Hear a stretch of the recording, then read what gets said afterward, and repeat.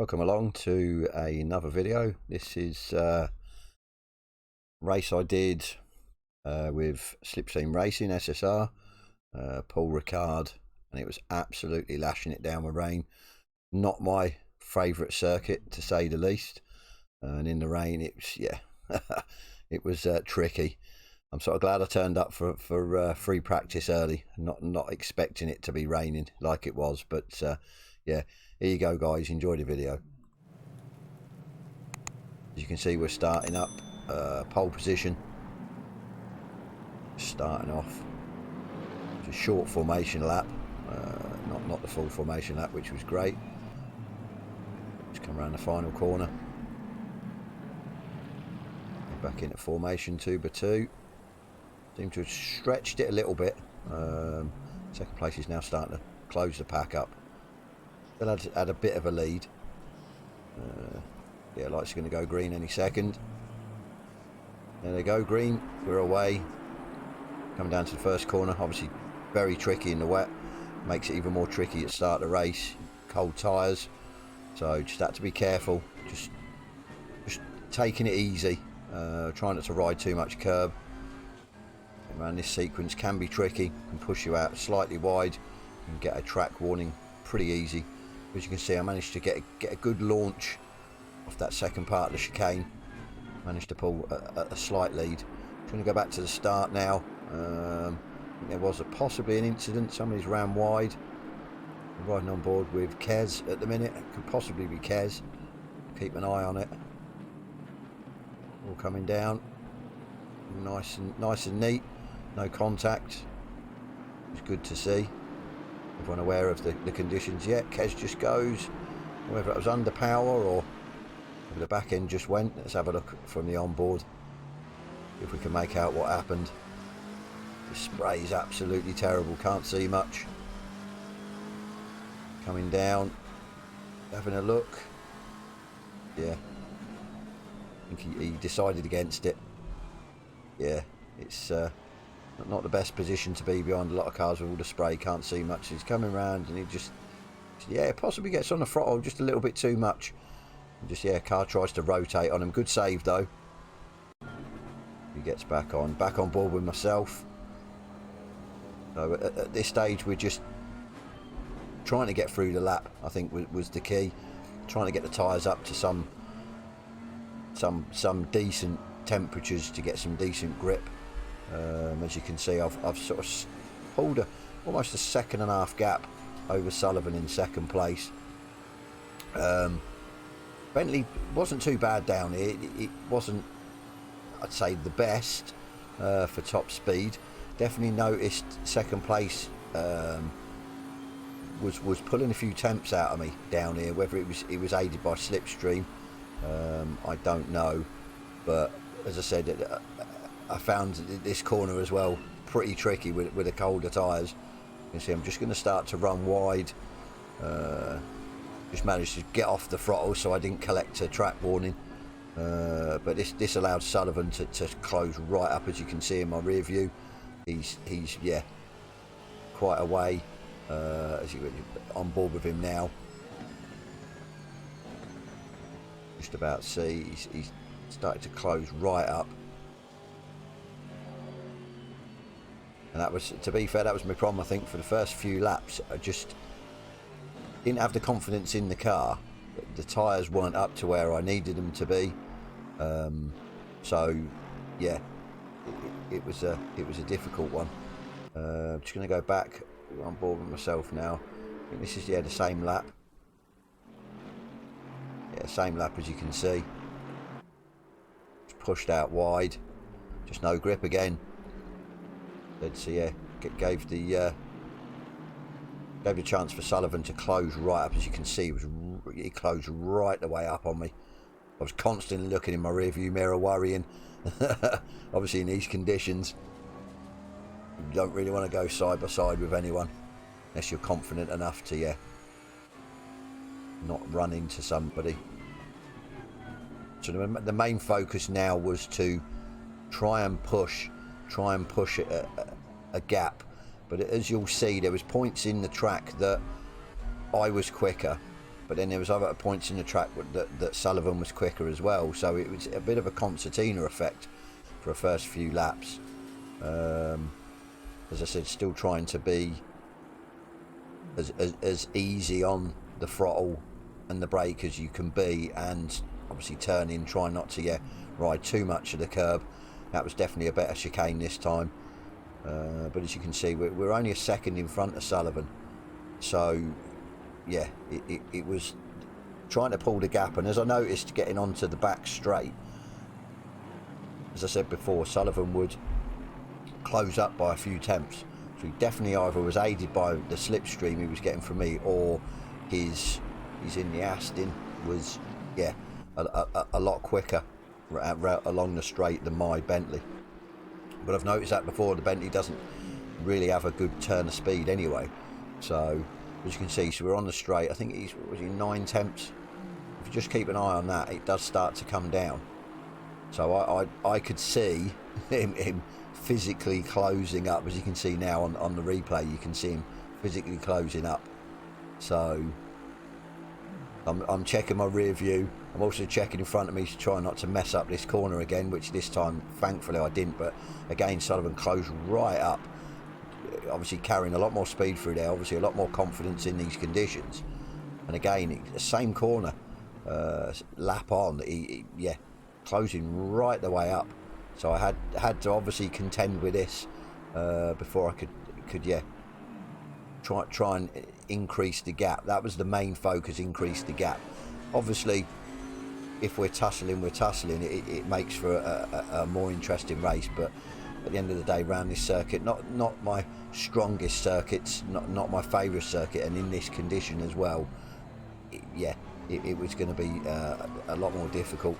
I managed to get a slightly better run out of the final corner, just pulling away slightly. To be honest, it did take a lot longer than I expected for the tyres to get into a window where I was confident enough to push the car. As you can see by my times, my quickest times a 2 minute 4.4. Sullivan behind was pretty much matching me on time, so then it was down to who could be more consistent, or can I go quicker. So obviously I knew the points that he was quicker now on the track. I knew I had to stretch a gap before this back straight, otherwise I think if he would have been probably half a second behind me, I think he would have been right up my back end come near the end of this straight.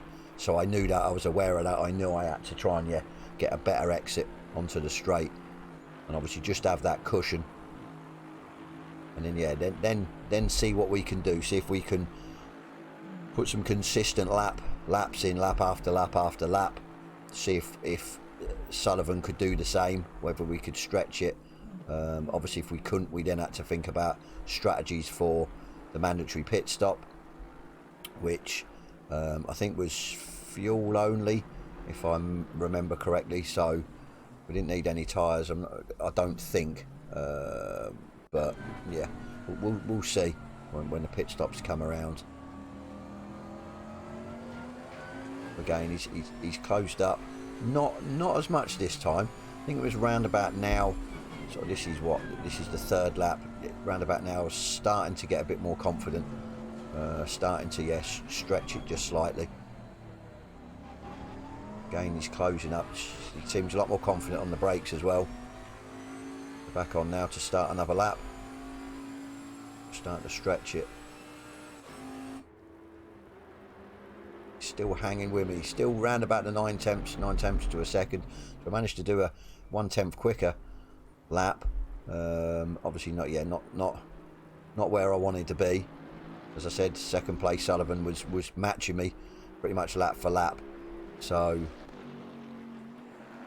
I think around about now we just start to stretch it slightly. Not sure if Sullivan made a mistake or just everything started to come together, but we just pulled out sort of half a second there, as you can see visibly, obviously by the timings. So that definitely helped me down here. It was definitely then out of slipstream range. We wouldn't gain along the back straight, so then that gave me the sort of cushion I needed, especially around the next sector 2, which is always a sort of pain because of the tight twisty track that Paul Ricard is. But yeah, as you can see, he's not really making any headway now, so he definitely was out of slipstream range. But yeah, from now on, I think it was more confident. I was pushing the car, more confident on the brakes. I could see the gap increasing. I started putting in a lot better times as well. I was starting to knock on the door of the 203s, then I was into the 203s. I think overall my best lap was possibly a low 203. I think Sullivan might have just touched the high 203s, but not 100% sure. So then yeah, that gave me yeah the gap I needed to be a bit more comfortable, and then I could just concentrate on my driving in these horrible track conditions, the horrible track and the horrible track conditions. A ride on board.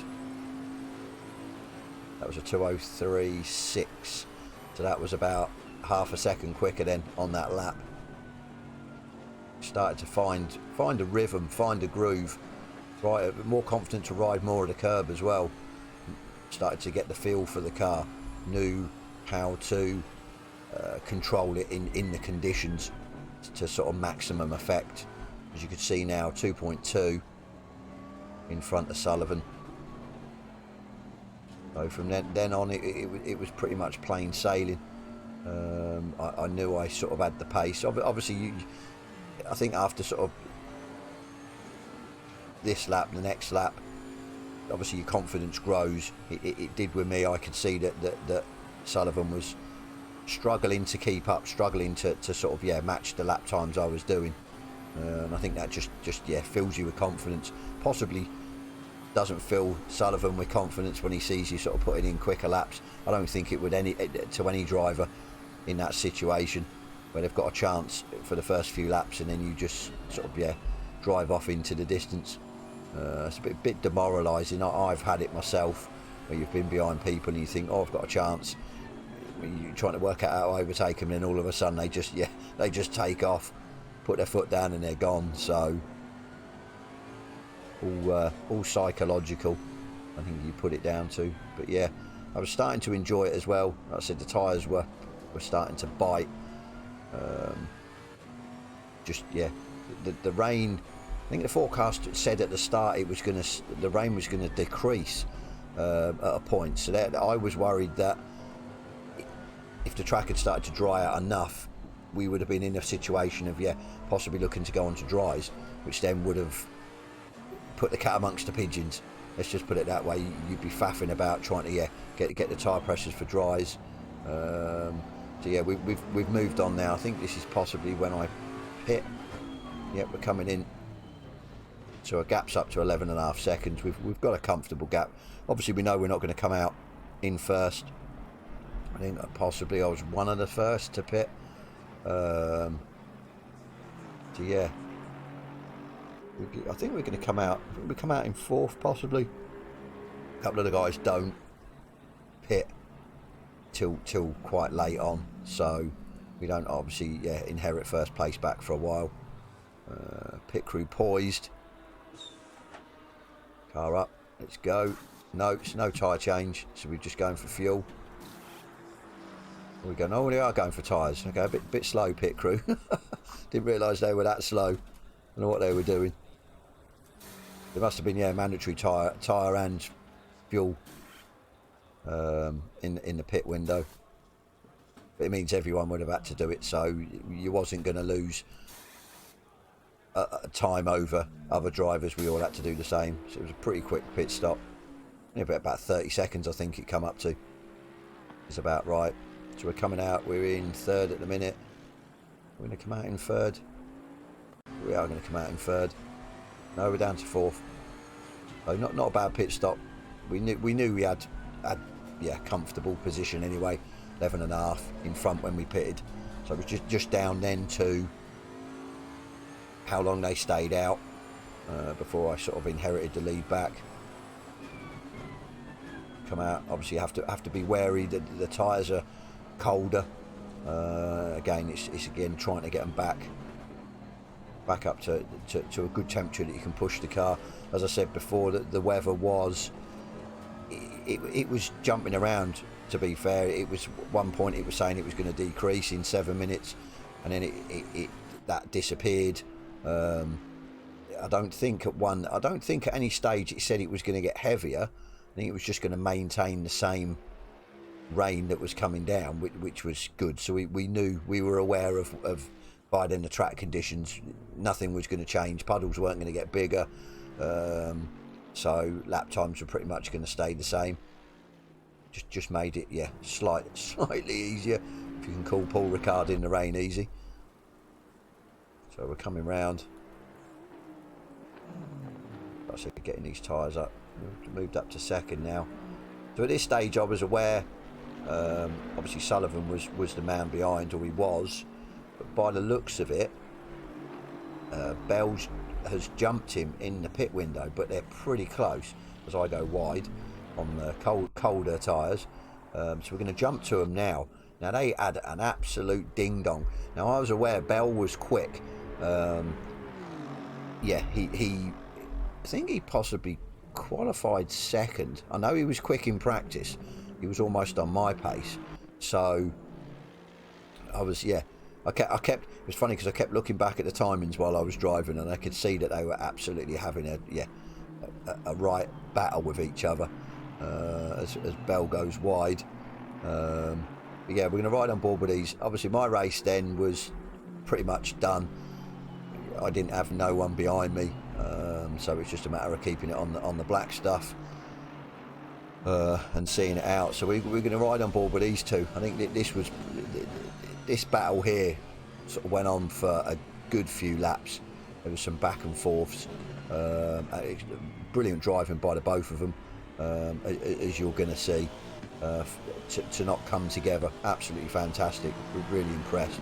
But they have an absolute a right ding dong. So we're going to keep it with these guys, probably pretty much to the end of the race now, as they do finish unbelievably close at the end of the race. But yeah, we'll ride on board with these. We'll get a bit of commentary on these guys. So obviously Bell behind, both in the Aston Martins, as you can see, but different liveries.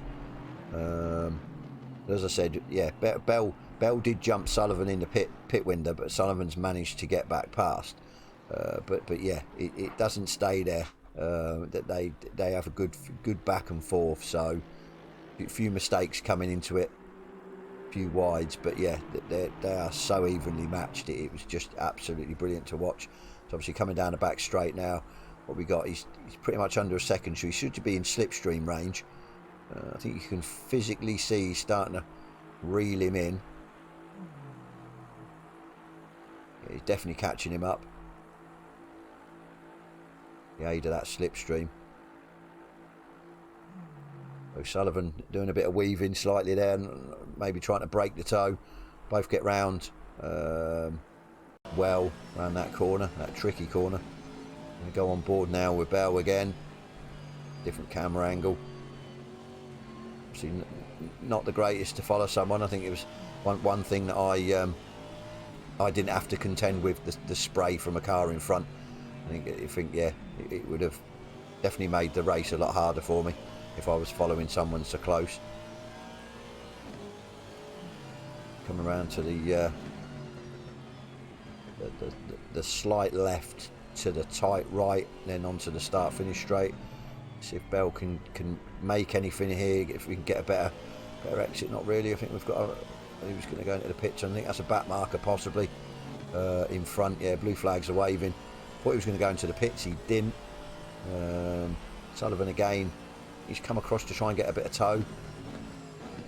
Both get round the first corner. Oh, he's just been held up there by the back marker.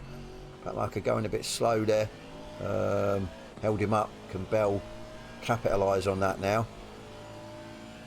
As he Couple of tenths, half a second behind. Yeah, see, very close. See what he can do. If he can try and stick with him onto the back straight, he might have a chance of, yeah, taking him. Slipstream aided. Both seem to get a good exit. Very good exit by Bell, to be fair. You can see there's not much gap. We're down to 8 tenths this time. I personally think that's less. Or doesn't seem to update that quick. He's starting to reel him in now. Yeah, he's pulling on him now. Definitely in the slipstream. Will he go for it? And have a look from Sullivan's rear view. Will he have enough? I'm not sure if he's going to. I think he's going to run out of real estate on the straight to pass. He's having a look. Is he just sticking his car across just to let Sullivan know he's still there? Both get round that tricky corner. Really close now.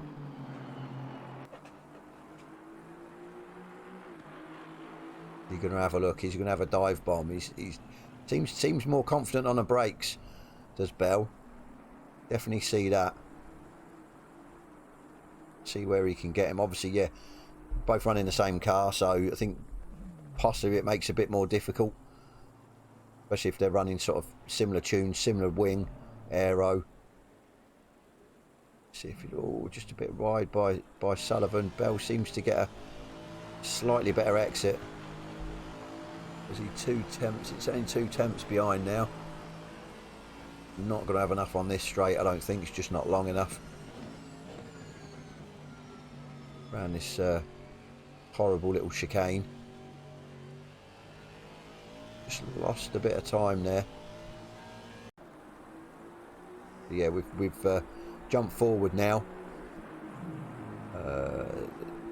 Lap 24, a couple of laps after. Yeah, Bell. I think Bell had worked it out to get a better exit onto the start-finish straight. Bell's positioned his car down to the right. Obviously, Sullivan's positioned his car better for the corner, but he's just ran a little bit wide, and Bell's got the momentum to just go side by side. So he's got the move done. He has, but then Sullivan. Oh, absolutely fantastic! Or brilliant switchback by Sullivan. I think he could see that coming. Bell was just a little bit too skinny for the corner there, and Sullivan, yeah, I think knew that and just bided his time for the switchback. Absolutely fantastic driving. But they're still together. Saying 3 tenths now, which you say it's about 3 tenths. Got down to nothing now, but yeah. So back on board with me quickly. Possibly the last lap. It could be 28, 29. We'll find out now. As I said, uneventful race. Yeah, coming down looking for the checkered flag. There he is, good lad. That was it, race win. But yeah, we're going to go back to these two guys. This was, I think, the final lap. As you can see, at some stage, Bell has actually got in front. However, it was down that back straight because he was pretty close a few laps ago. I'm not 100% sure, but yeah, we're going to ride with these. This is the last lap for these guys. So it was do or die. It was all or nothing. Sullivan running wide there doesn't help. Bell's starting to pull away. He's got a second gap at the minute. But yeah, Sullivan again, mighty on the brakes through there. Absolutely mighty. He's close. Geez, within a couple of tenths. So Bell straight away has lost the second. Bell's run wide as well. And now they're side by side. Very tricky. And then onto the straight. They're going to stay together. They are. Bell's just about nailed it. Both gone wide. Sullivan gone even wider. Would have possibly got a track warning for that. He was outside the little bollards. So yeah, in the slipstream, he's got to take him here, surely. Got the momentum. Is he going to be far enough beside or in front up here? Because it's a very tricky corner. I wouldn't want to go side by side with anyone, but he's kept it in there. He's tried to go closer to the inside, hug the inside, but again, they're still side by side. Round again. Side by side again. This is absolutely brilliant action. Side by side all the way, no contact. This is absolutely fantastic. The Bell, ooh, maybe outbraked himself there. I'm not too sure. Both of them go wide. Both of them back on the track. Like I said, guys, this is the last lap. This is it, nip and tuck. They are absolutely fighting tooth and nail. It is absolutely brilliant. So coming around, not many to go. Is this the final corner? I think it is, yeah. Coming into the final corner. Sullivan just actually runs wide.